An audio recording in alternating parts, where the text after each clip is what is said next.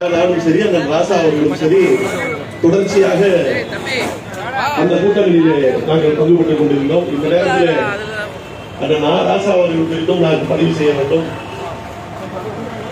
எத்தனையோ பேர் அந்த கூட்டத்தில் நம்முடைய தரப்பில் இருந்து பேசியவர்கள் உணர்வு பூர்வமாக உணர்ச்சி பூர்வமாக அதை அணுகிய போது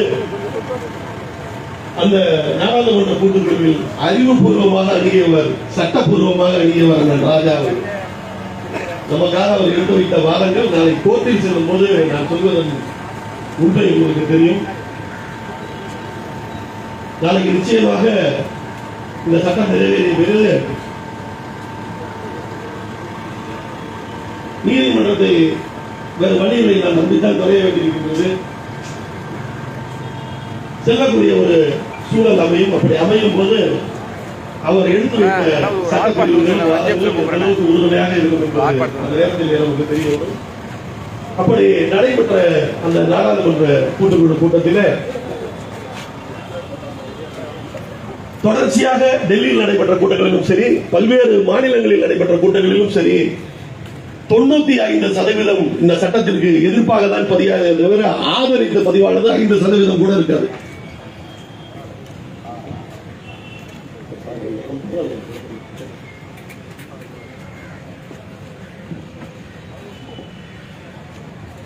ஆதரித்து வந்தவர்கள் 5% கூட இருக்காது. அவர்களும் கூட யார் என்று கேட்டால்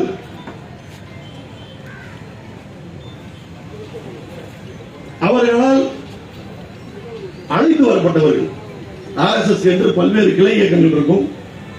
அப்படி அவர்களால் அழைத்து வரப்பட்டவர்கள் தான் இங்கே வந்தார்களே தவிர ஸ்டேக் ஹோல்டர் என்று சொல்கின்ற ஒரு விசாரணை நடக்கின்றது என்று சொன்னால் அதில் 2 பேர் வருபவரும் தமிழ்நாட்டுடைய தவிர்க்க முடியாத அரசியல் கட்சியின் தலைவராக திகழ்ந்து கொண்டிருக்கக்கூடிய மதிப்புக்கும் மரியாதைக்கும் உரிய நாடாளுமன்ற உறுப்பினர் எழுச்சி தமிழர் தோழர் திருமாவளவன் அவர்களை அன்போடு அழைக்கின்றோம்.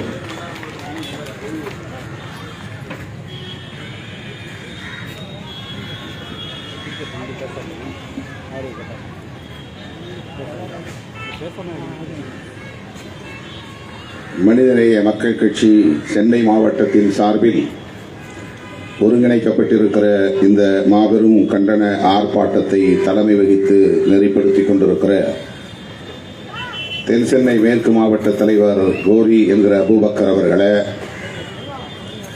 வருகை தந்திருக்கிற நம் அனைவரையும் வரவேற்று சிறப்பித்திருக்கிற வட சென்னை மேற்கு மாவட்ட தலைவர் குணங்குடி முகைதீன் அவர்களே, முன்னிலை வகித்து சிறப்பித்துக் கொண்டிருக்கிற மனிதநேய மக்கள் கட்சியின் முன்னணி தலைவர்களே,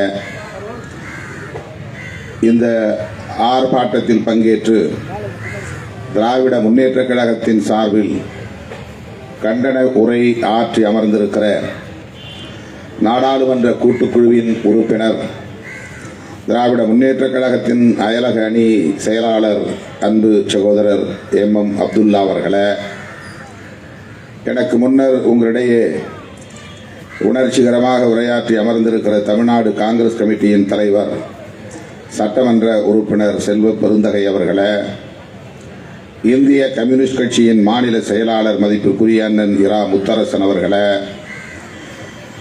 மார்க்சிஸ்ட் கம்யூனிஸ்ட் கட்சியின் மாநில குழு உறுப்பினர் தோழர் R பத்ரி அவர்களே, மனிதநேய மக்கள் கட்சியின் மாநில அமைப்பு செயலாளர் வழக்குரைஞர் ஷேக் முகமது அலி அவர்களே, மற்றும் மத்திய சென்னை தெற்கு மாவட்ட தலைவர் EM ரசூல் அவர்களே, திரளாக கூடியிருக்கிற இஸ்லாமிய சொந்தங்களே, உங்கள் அனைவருக்கும் என்னுடைய பணிவார்ந்த வணக்கத்தை தெரிவித்துக் கொள்கிறேன். தமிழ்நாடு முழுவதும் இன்றைக்கு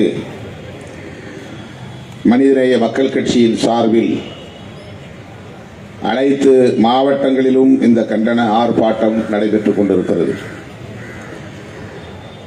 பாசிச பாஜக அரசு வக்ஃப் சட்ட திருத்த மசோதாவை கடந்த ஆகஸ்ட் திங்களில் அறிமுகப்படுத்திய நாளில் இருந்து இதற்கு கடுமையான எதிர்ப்பை இஸ்லாமிய சமூகம் மட்டுமல்ல, காங்கிரஸ், இடதுசாரிகள் உள்ளிட்ட அனைத்து எதிர்க்கட்சிகளும் வலுவாக பேசி வருகிறோம்.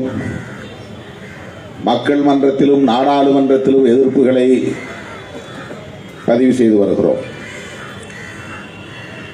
திராவிட முன்னேற்றக் கழகத்தின் சார்பில் உரையாற்றிய அப்துல்லா அவர்கள் நாடாளுமன்ற கூட்டுக்குழுவிலே என்ன நடந்தது என்பதை எல்லாம் இங்கே விரிவாக எடுத்துரைத்தார்.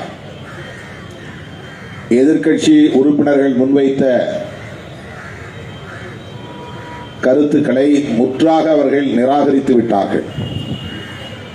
அந்த திருத்த சட்ட மசோதாவில் 66 திருத்தங்கள் முன்மொழியப்பட்டன. அதில் எதிர்க்கட்சிகளின் சார்பிலே 44 திருத்தங்கள் முன்வைக்கப்பட்டன. ஆனால் அந்த 44 திருத்தங்களையும் அவர்கள் நிராகரித்து விட்டார்கள். நாடாளுமன்ற வரலாற்றில் இல்லாத ஒரு ஜனநாயக படுகொலை இந்த கூட்டுக்குழு கூட்டத்தில் நடந்தேறியது. எதிர்க்கட்சிகளை சார்ந்த உறுப்பினர்கள் அனைவரையும் இடைநீக்கம் செய்கிற அதிகாரம் நாடாளுமன்ற கூட்டுக்குழுவுக்கு இல்லை. ஆனால் ஜெகதாம்பிகா பால் அவர்களின் தலைமையிலான அந்த கூட்டுக்குழு திமுக உறுப்பினர்கள் உள்ளிட்ட எதிர்க்கட்சி உறுப்பினர்களை எல்லாம் வெளியேற்றிவிட்டு இடைநீக்கம் செய்துவிட்டு அவர்கள் முன்மொழிந்த 23 திருத்தங்களை மட்டும் ஏற்றுக்கொண்டு அதன் அடிப்படையில் அந்த அறிக்கையை மக்களவையிலே சமர்ப்பித்தார்கள், மாநிலங்களவையிலும் சமர்ப்பித்திருக்கிறார்கள். பெரும்பான்மை பலத்தை வைத்துக் கொண்டு எதையும் செய்ய முடியும் என்கிற எதேச்சதிகார போக்கு பாசிச பாஜக அரசின் வாடிக்கையான ஒரு நடைமுறையாக இருந்து வருகிறது. அதிலும் குறிப்பாக சிறுபான்மையினருக்கு எதிரான பாசிச போக்கு, அதிலும் குறிப்பாக இஸ்லாமியர்களுக்கு எதிரான வெறுப்பு அரசியல், வெளிப்படையான வெறுப்பு அரசியல். யார் என்ன சொல்லுவார்கள் என்பதை பற்றிய எந்த தயக்கமும் இல்லை. ஜனநாயக சக்திகள் விமர்சிப்பார்களே, அரசியல் வரம்புகளை தாண்டி விமர்சிப்பார்களே என்கிற கவலையும் இல்லை. தாங்கள் நினைத்ததை செய்து முடிக்க வேண்டும், இஸ்லாமியர்களுக்கு எதிரான வெறுப்பு அரசியலை இங்கு நிலைப்படுத்த வேண்டும், அவர்களுக்கான மத சுதந்திரத்தை முற்றாக பறித்திட வேண்டும், அவர்களை 3ஆம் தர 4ஆம் தர குடிமக்களாக ஆக்கி அடக்கி ஒடுக்கி வைக்க வேண்டும் என்கிற நிலைப்பாட்டில் பாசிச RSS கும்பல், பாசிச பாஜக கும்பல் தெளிவாக இருக்கிறது, உறுதியாக இருக்கிறது. அதற்காக கெஞ்சிற்றும் அவர்கள் மாரல் ஃபியர் என்று சொல்லக்கூடிய அந்த அச்சத்தை கொண்டிருக்கவில்லை.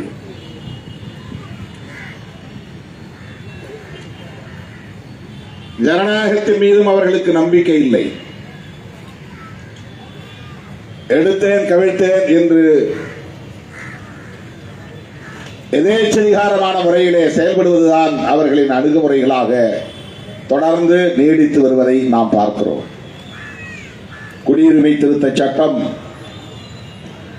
அவர்களின் பெரும்பான்மை பலத்தை கொண்டு நிறைவேற்றிவிட்டார்கள். காங்கிரஸ், திமுக, இடதுசாரி கட்சிகள் உள்ளிட்ட அனைத்து எதிர்க்கட்சிகளும் கடுமையாக எதிர்ப்பு தெரிவித்த நிலையிலும் கூட அதை ஒரு பொருட்டாக எடுத்துக் கொள்ளாத நிலையிலே அதனை நிறைவேற்றிவிட்டார்கள். வழக்கத்திற்கு மாறாக ஜம்மு காஷ்மீர் பிரச்சனை தொடர்பான மசோதாவை திடுமென அவையிலே அறிமுகப்படுத்தினார்கள். எந்த சட்ட மசோதாவை அறிமுகப்படுத்துவதாக இருந்தாலும் மக்களவை உறுப்பினர்களுக்கும் அல்லது மாநிலங்களவை உறுப்பினர்களுக்கும் முன்கூட்டியே அவற்றை அளிக்க வேண்டும், அவர்கள் பார்ப்பதற்கு படிப்பதற்கு வாய்ப்பு தர வேண்டும், அதிலே திருத்தம் சொல்வதற்கும் அவர்களுக்கு உரிமை உண்டு, அதற்கு வாய்ப்பு தர வேண்டும். இதுதான் நாடாளுமன்ற நடவடிக்கை மரபுகள். ஆனால் ஜம்மு காஷ்மீர் தொடர்பான மசோதாவை முன்கூட்டியே அறிவிக்காமல், உறுப்பினர்களுக்கு வழங்காமல், அவற்றை படிப்பதற்கு கருத்து சொல்வதற்கு கூட வாய்ப்பு தராமல் திடுமென அறிவிப்பு செய்து அதை நிறைவேற்றி இன்றைக்கு நடைமுறைப்படுத்தி விட்டார்கள். இந்த மாநிலத்தை துண்டாடி விட்டார்கள். அவர்களின் உணர்வுகளை நசுக்கிவிட்டார்கள். சுதந்திரத்தை முடக்கிவிட்டார்கள். மத சுதந்திரத்தை. அதே போல இந்த முத்தலாக் சட்டம் இஸ்லாமியர்களுக்கான மத சுதந்திரத்தில், அவர்களுக்கான தனி சட்டத்தில் வெளிப்படையாகவே தலையீடு செய்து அதிலே திருத்தம் கொண்டு வந்து அதையும் இன்றைக்கு நிறைவேற்றி விட்டார்கள். அந்த அடிப்படையில் தான் அவர்களின் நீண்ட காலமாக அவர்களின் கண்ணை உறுத்திக் கொண்டிருந்த ஒன்று இந்த வக்ஃப் போர்டு சம்பந்தமான சட்டம்.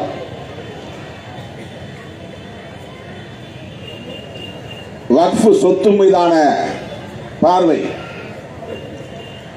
அவற்றை தம் கட்டுக்குள்ளே கொண்டு வர வேண்டும், அரசாங்கத்தின் கட்டுக்குள்ளே கொண்டு வர வேண்டும். மத சுதந்திரம் என்கிற பெயரால் இஸ்லாமியர்களின் கட்டுப்பாட்டிலே அவை இருப்பதை அனுமதிக்க கூடாது என்கிற அந்த அடிப்படையிலே இந்த திருத்த சட்ட மசோதாவை கடந்த 2024 ஆகஸ்டிலே கொண்டு வந்தார்கள். காங்கிரஸ், திராவிட முன்னேற்ற கழகம், விடுதலை சிறுத்தைகள் கட்சி, இடதுசாரி கட்சிகள்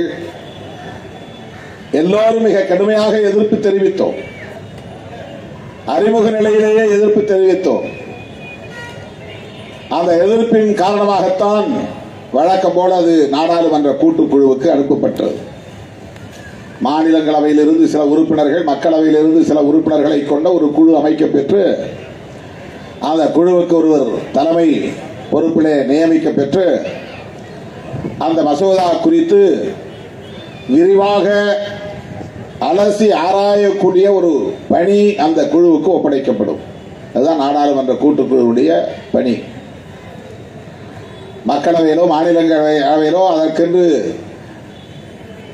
நிறைய நேரத்தை ஒதுக்க முடியாது, விரிவாக விவாதிக்க முடியாது, பிற வேலைகளில் கவனம் செலுத்த முடியாது என்கிற போது எந்த ஒரு மசோதா மீதும் விரிவாக விவாதிக்க வேண்டும் என்கிற தேவை எழுகிற போது, கடுமையான எதிர்ப்பு எழுகிற போது எதிர்கட்சிகள் கோட்டுக்குழுவுக்கு அனுப்ப வேண்டும் என்று வலியுறுத்துவது வாடிக்கை. அப்படித்தான் நாம் வலியுறுத்தினோம். அதன் அடிப்படையில் உடனடியாக அவர்கள் ஏற்றுக்கொண்டார்கள். பாரதிய ஜனதா கட்சியை சார்ந்த மூத்த உறுப்பினர் ஜெகதாம்பிகா பால் அவர்களின் தலைமையிலே அந்த குழு அமைக்கப்பெற்று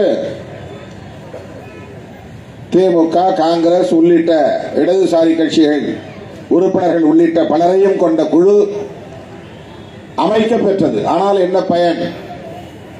அவர்கள் எழுப்பிய எந்த எதிர்ப்பையும் அவர்கள் ஏற்றுக்கொள்ளவில்லை. ஏற்றுக்கொள்ளவில்லை என்பது கூட ஒரு புறம் இருந்தாலும் அந்த அறிக்கையிலே அந்த எதிர்ப்புகளை பதிவு செய்யவும் இல்லை.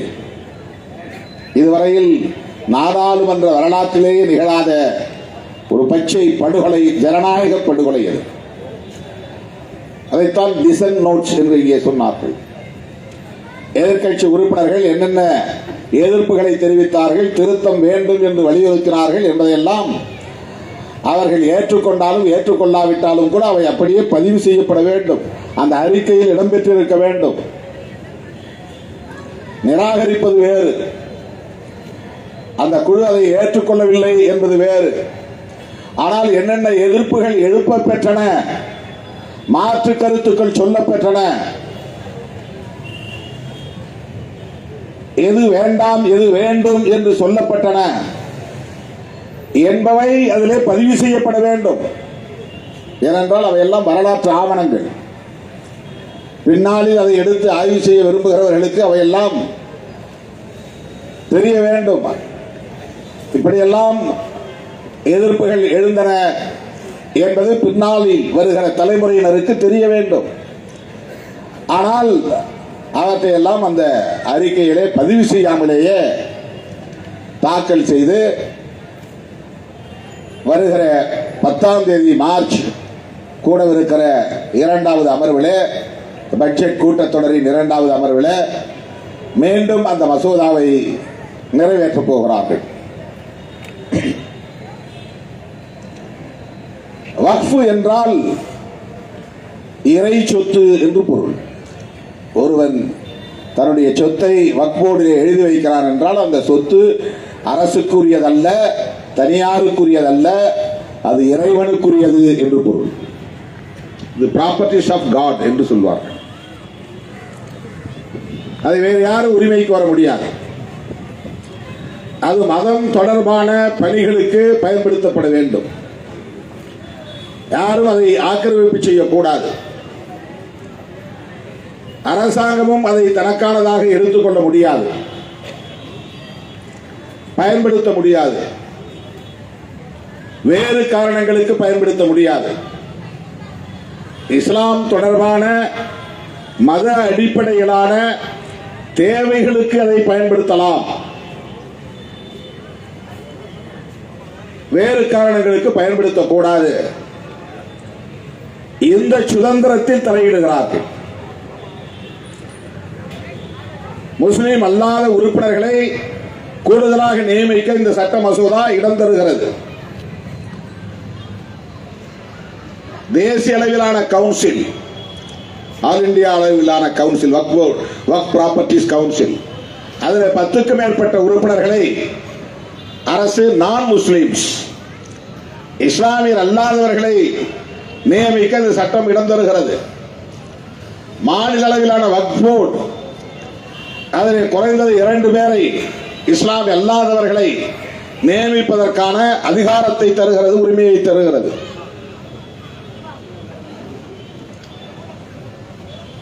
வக்ஃப் போர்டுக்கு இருந்த அதிகாரத்தை எல்லாம் ஸ்டேட் அத்தாரிட்டிஸ் என்கிற மாநில அரசின் கட்டுப்பாட்டுக்குள்ளே கொண்டு வருகிறது. டிரான்ஸ்பரன்சி என்கிற பெயரால், வெளிப்படையான நிர்வாகம் என்கிற பெயரால் இஸ்லாமியர்களுக்கான மத சுதந்திரத்தில் இஸ்லாமியர்களின் சொத்துக்களை நிர்வாகம் செய்யக்கூடிய நிறுவனத்தின் சுதந்திரத்தில் தலையீடு செய்வது அரசமைப்பு சட்டம் உறுப்பு எண் 26 மீறுவதாகும். Violation of article 26. இது அரசமைப்பு சட்டத்திற்கு எதிரானது. அவர்கள் அரசமைப்பு சட்டத்தையே மதிக்கக்கூடியவர்களாக இருந்தால் தானே அதை பற்றி கவலைப்படுவார்கள். என்றைக்கு அவர்கள் அரசமைப்பு சட்டத்தை ஒரு பொருட்டாக மதித்திருக்கிறார்கள்? ஊர் வெப்பனைக்காக அரசமைப்பு சட்டத்தை வணங்குவது போல் நாடகம் ஆடுகிறார்கள். அரசமைப்பு சட்ட நாளை கொண்டாடுகிறார்கள். அந்த சட்டத்தை வகுத்தளித்த புரட்சியாளர் அம்பேத்கரின் பிறந்த நாளை, நினைவு நாளை கடைபிடிக்கிறார்கள்.